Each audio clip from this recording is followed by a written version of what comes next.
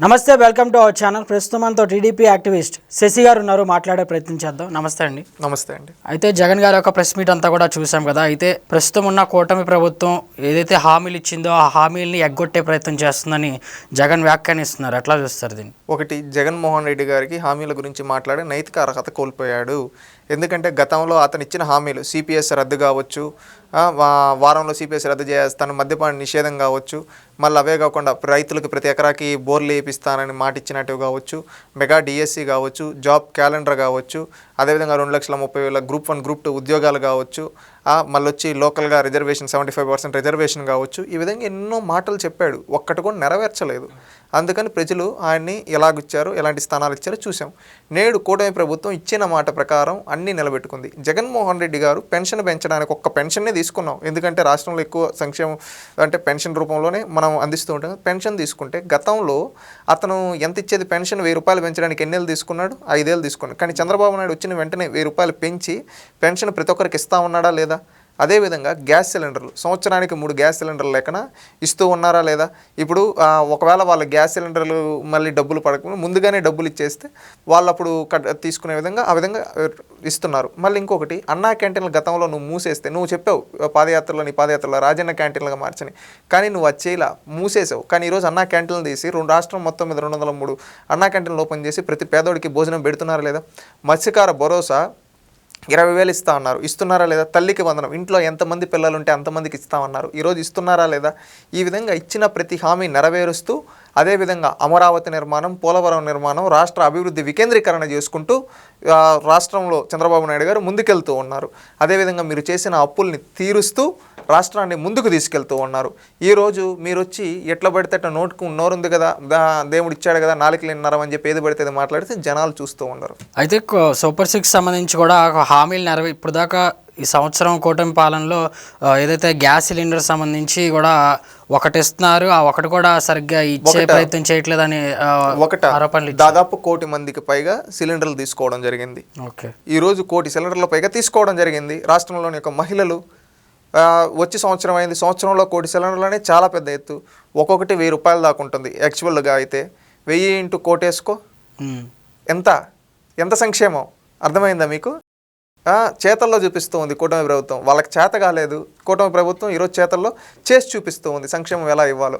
ఈయనకి నైతికంగా మాట్లాడే అర్హత లేదు. కనీసం ఆ రోజు సిలిండర్ల పైన కనీసం సబ్సిడీ ఇవ్వలేకపోయాడు జగన్మోహన్ రెడ్డి. అయితే తల్లికి వందనం కూడా 13,000 ఇస్తున్నారని జగన్ ఆరోపణలు ఇస్తున్నారు కదా. ఈ 2,000 కూడా కలెక్టర్ అకౌంట్కి వేస్తూ ఉన్నారు, అంతేగాని డైరెక్ట్గా ఎవరో జోబులు లేకపోవాలా. దీనిపైన కూడా నువ్వు మాట్లాడేది నైతిక అర్హత ఉందా జగన్మోహన్ రెడ్డి? నువ్వు లోకేష్ గారి పైన విమర్శలు చేసావు, లోకేష్ గారి ఛాలెంజ్ విసిరారు, అది స్వీకరించే దమ్ము లేదు మీకు. మీరు ఈరోజు మాట్లాడుతూ ఉన్నారు. అయితే ఉచిత బస్సు ప్రయాణం అని చెప్పి కూటమి ప్రభుత్వం హామీ ఇచ్చింది కదా, అది కూడా ఇప్పుడు దాకా ల్యాగ్ చేసుకుంటూ వచ్చారని కూడా జగన్ వ్యాఖ్యానిస్తున్నారు. ఒకటి, ఉచిత బస్సు పెట్టాలంటే దానికి సంబంధించి ఆర్టీసీలో బస్సులు ఎన్ని ఉన్నాయి, దానికి సంబంధించి ఇంకా బస్సుల్లో కొన్ని మోడర్న్ అడ్జస్ట్మెంట్స్ అనేది చేయాల్సి ఉంది. అవన్నీ చేసి, అదేవిధంగా గతంలో వీళ్ళ ప్రాంతంలో రోడ్లు ఎలా ఉన్నాయో చూసాం. ఆ రోడ్లన్నింటినీ పాట్కోల్ ఫ్రీ రోడ్స్ని అని చెప్పి నార్మల్ క్యాంపెయిన్ చేస్తూ దాంట్లో ఎక్కడెక్కడ గుంతలు ఉన్నాయి ఆ గుంతలన్నీ పూడుస్తూ రోడ్లు వేస్తూ, మళ్ళీ అదేవిధంగా బస్సులను కూడా చాలా బస్సులు పాతదైపోయినాయి, వాటిని ఆవిడ ప్లేస్లో కొత్తవి రీప్లేస్ చేసుకోవాలి. ఇవన్నీ తీసుకొని ఆగస్టు 15 నుంచి స్టార్ట్ చేస్తామని క్లారిటీగా ఆల్రెడీ ముఖ్యమంత్రి గారు చెప్పడం జరిగింది. మధ్యలో ఈయన బాధ అయింది. ఈయన ఉండేటప్పుడు బస్సుల్లో పోవాలంటే భయపడేవాళ్ళు. ఈ గుంతల రోడ్లలో మన నడుములు పోతున్నాయని చెప్పి ఎంతోమంది బాధపడేవాళ్ళు. ఈరోజు రోడ్లు బాగున్నాయి. ఖచ్చితంగా రానున్న రోజుల్లో ఫ్రీ బస్సు ఆగస్ట్ 15 నుంచి ముఖ్యమంత్రి గారు అన్నట్టు మొదలు పెడతారు. ప్రతి హామీ ఒక క్రమబద్ధకరణలో చేసుకుంటూ ప్రణాళికాబద్ధంగా చేసుకుంటూ ముందుకెళ్తూ ఉన్నారు. దీంట్లో ఏంటంటే అన్ని సూపర్ 6 నెరవేరుస్తూ ఉన్నారు. జగన్మోహన్ రెడ్డి గారికి ఏంటంటే ఇంకా ఏమీ మాట్లాడేది లేదు కనుక నిన్న వచ్చి వాళ్ళ పార్టీ సంవత్సరం క్రితం చనిపోయిన వాళ్ళని ఈ విధంగా క్యాస్టులు తీసి కుల రాజకీయాలు చేయడానికి, రాష్ట్రంలో శాంతి భద్రతలు దెబ్బతీయడానికి ఇలాంటి నిన్న చేసినట్టు ఈవెంట్లు చేసి ఈ విధంగా ప్రెస్ మీట్లు ఆరోపణలు మాత్రమే చేస్తూ ఉన్నాడు. ఒకటి, ఆయన సిగ్గుపడాలి నిజంగా. ఎందుకంటే నిన్న ఆయన ఒక మాట అన్నాడు, రఫ్ అని అడుగుతామని చెప్పి ఎవరో ఒకటి పెడితే వాళ్ళంటి వాళ్ళని సమర్థిస్తున్నావు. సిగ్గుపడు. ఎందుకంటే నువ్వు ఒక బాధ్యత గల మాజీ ముఖ్యమంత్రిగా, ఒక శాసనసభ్యుడిగా ఉన్నావు. నువ్వు అలాంటి మాటలు మాట్లాడితే జనాలు చూస్తూ ఊరుకోరు. ఎందుకంటే మీరు ఏదో రాష్ట్రంలో శాంతి భద్రతలను దెబ్బతీయడానికి నేనేం చేసినా కుదురుతుంది, శాంతి భద్రతలు దెబ్బతీసి నేను ఎట్టబడితే రౌడీజం చేస్తా, గుండాయిజం చేస్తా అంటే ప్రజలు ఒక పుల్లా లేరు. ప్రజలు తిరుగుబాటు చేస్తారు. గుర్తుపెట్టుకోండి జగన్మోహన్ రెడ్డి గారు. మీరు అవసరమైతే ప్రజలకు మంచి ఉపయోగపడే మంచి ఏమైనా ఉంటే ఆలోచనలు ఉంటే ఆలోచనలు షేర్ చేస్తే ముఖ్యమంత్రి గారు ఇంప్లిమెంట్ చేస్తారు. అంతేగాని రౌడీజం చేస్తాం, గుండాయిజం చేస్తాం, అవును చంపేస్తాం, మంచిదే కదా అంటే నీకు మంచిదే, నువ్వు ఎందుకంటే అలాంటి నేర చరిత్ర నుంచి వచ్చినవాడు. కానీ ప్రజలు ఎవ్వరూ దాన్ని మంచిది అన్నారు జగన్మోహన్ రెడ్డి గారు. ఇలాంటివి తెలుసుకోమని చెప్తూ ఉన్నాం. ఏదైతే జగన్ గారు ఒక ప్రెస్ మీట్లో ఒక డైలాగ్ అయితే మనం చూసాం పుష్ప సినిమాలో, రప్ప రప్ప నరుగుతామని. సో ఈ డైలాగ్ స్వయాన ఆయనే వ్యాఖ్యానించడం కూడా చూసాం. అంటే ఈ యొక్క ఏదైతే డైలాగ్ దీని ఉందో తను కూడా సపోర్ట్ చేసినట్టుగా వెళ్తుందా, అంటే వైసీపీ కార్యకర్తలకి ఏ విధంగా ఉద్దేశించి వెళ్తుందని మీరు భావిస్తున్నారు?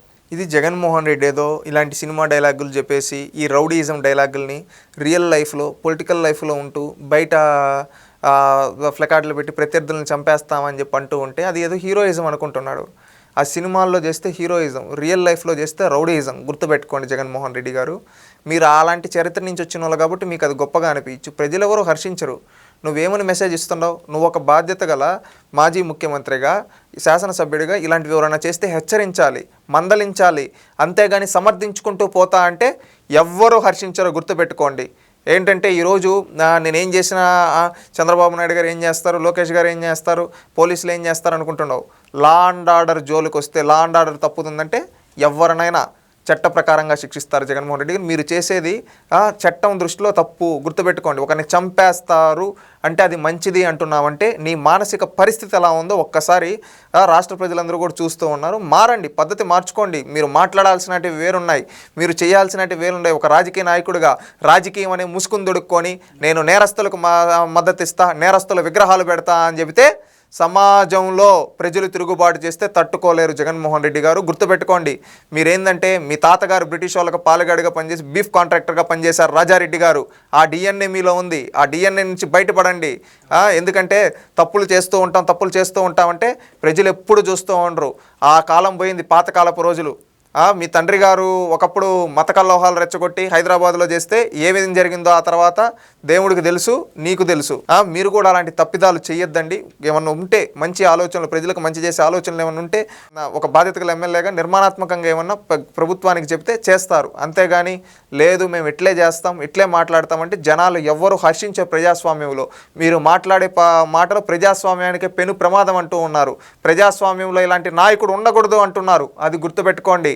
ఎందుకంటే ఒక హుందాతనమైన రాజకీయం చేయండి, రౌడీ రాజకీయాలు కాదు. ప్రజలు కోరుకునేది కూడా ఇది కాదు జగన్మోహన్ రెడ్డి గారు. గుర్తుపెట్టుకోండి. ఓకే అండి, థ్యాంక్ యూ వెరీ మచ్.